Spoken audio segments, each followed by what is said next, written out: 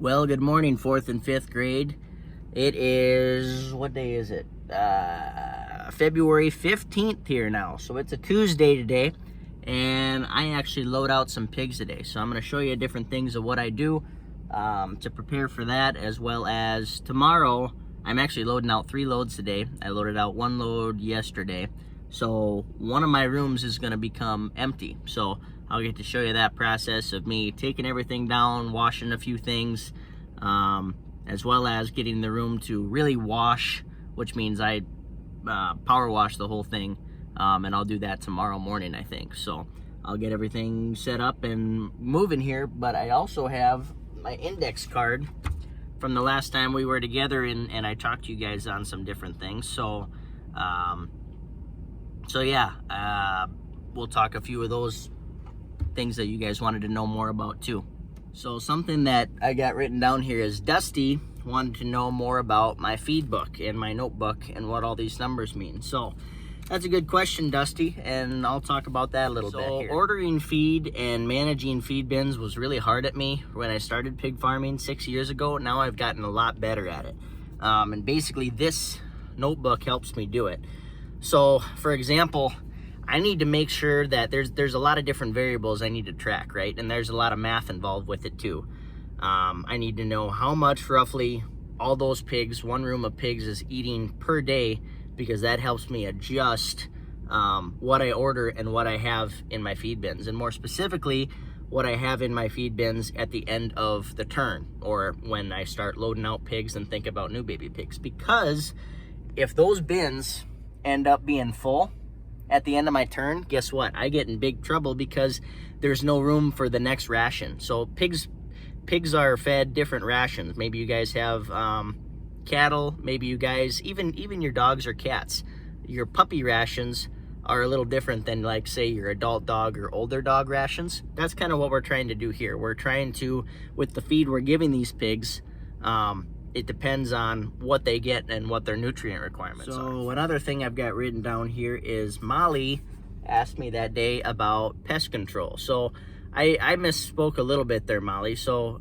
I very, very rarely get mice or rats or whatever inside my feed bins, because you can see they're very much off the ground, and they're all closed up really tight. So I hardly have any issue with that, but I do get an issue sometimes if, say, the feed truck driver with the auger that comes out and fills my bins misses the bin a little bit. It happens, people make mistakes, but what that does, it gives those rats and mice and rodents a food source, because some of that doesn't get in the bin, some of it lands on the ground outside. So try and keep that cleaned up as much as possible, but I can only clean so much, and sometimes that attracts some mice too. So I actually just saw a bait station by my barn here, so we're gonna go take a look at that. Well, Molly kind of had to call an audible because, well, I'm not sure where my blocks of poison are. I think there might be back at my farm, but I'll show you the gist of it. So this is what I call a rodent bait station. I actually just washed it up because the caps were frozen on from being outside all winter,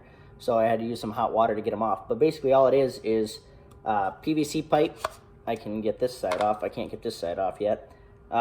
With these caps on it, and these caps have a hole drilled in them. They come with an actual, I mean, all that is plastic, but we drill that out and open so that the mouse can crawl through that hole there. So put that on there. You put a couple pieces of poison in there, put this on, and then the mouse can crawl all the way through, eat the poison, but the poison is too big, the brick is too big to fall out. So that way, something that you're not trying to give the poison to, like a cat, a dog, even a raccoon or things like that, we don't want them getting into this very good. So that's just a good way to control our pests around the hog barn and keep our herd health. Alrighty, I don't think I filmed anything of loading because it was a little bit wild today, but we got her done. So this room is now empty. So as you can see, I opened up all of these, and basically what that does for me is kind of the edge where there's manure and not manure.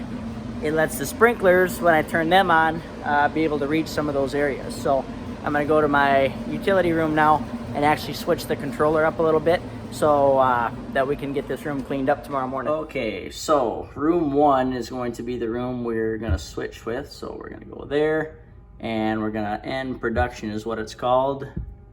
And so now that way I can go to clean mode.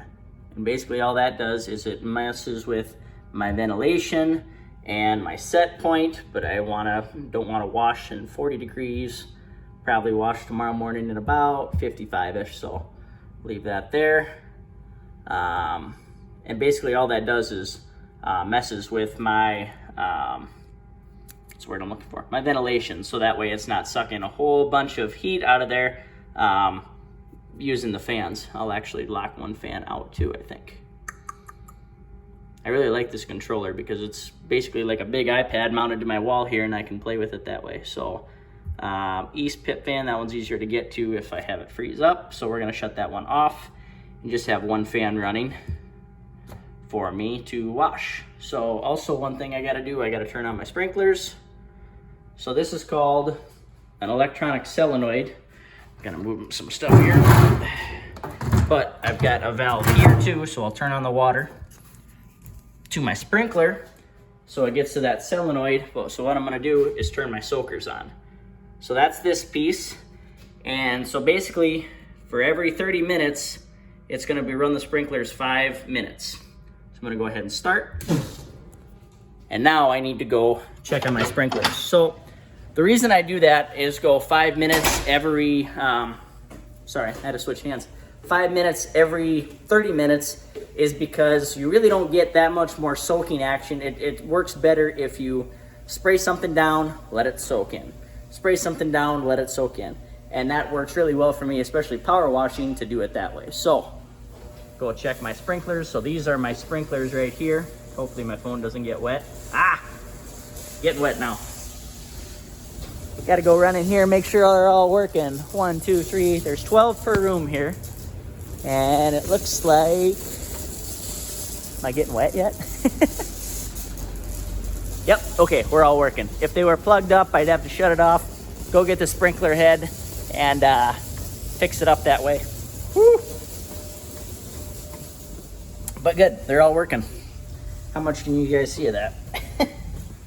Well, good morning. I overslept just a little bit. It's a little past 6 o'clock. And so I went in the room, got all my feeders flipped up. Now I'm suited up in my Big Bird outfit. I'll put my jacket on. This doesn't keep me warm by any means, but will certainly keep me dry, and that's over half the battle, it seems like, when I wash barns. So what I did this morning, came in, put this on, and then I walked into the room. Right now these sprinklers are a little loud, but what I did was flip all my feeders up, so I'll see if you guys can see that here. So all those feeders are flipped upside down. There's kind of a peg on the gate and a little chain with a loop that I can slip that over, and it'll hold them upside down. That just makes it easier for me to wash, and it'll drain all the water out so they'll dry nice and fast. So yeah, now we'll go get to washing. See how long this takes and when I get done.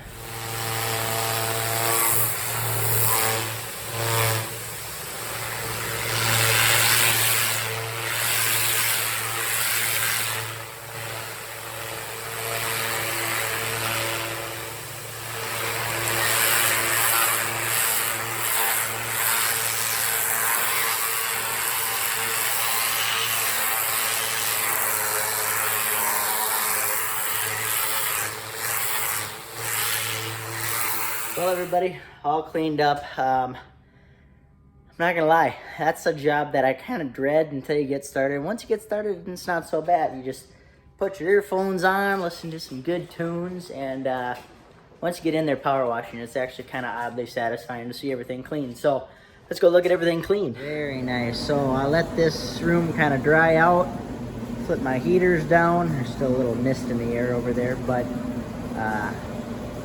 yeah, looks really nice and clean for my next group of piggies to come in. So part of the preparation for that.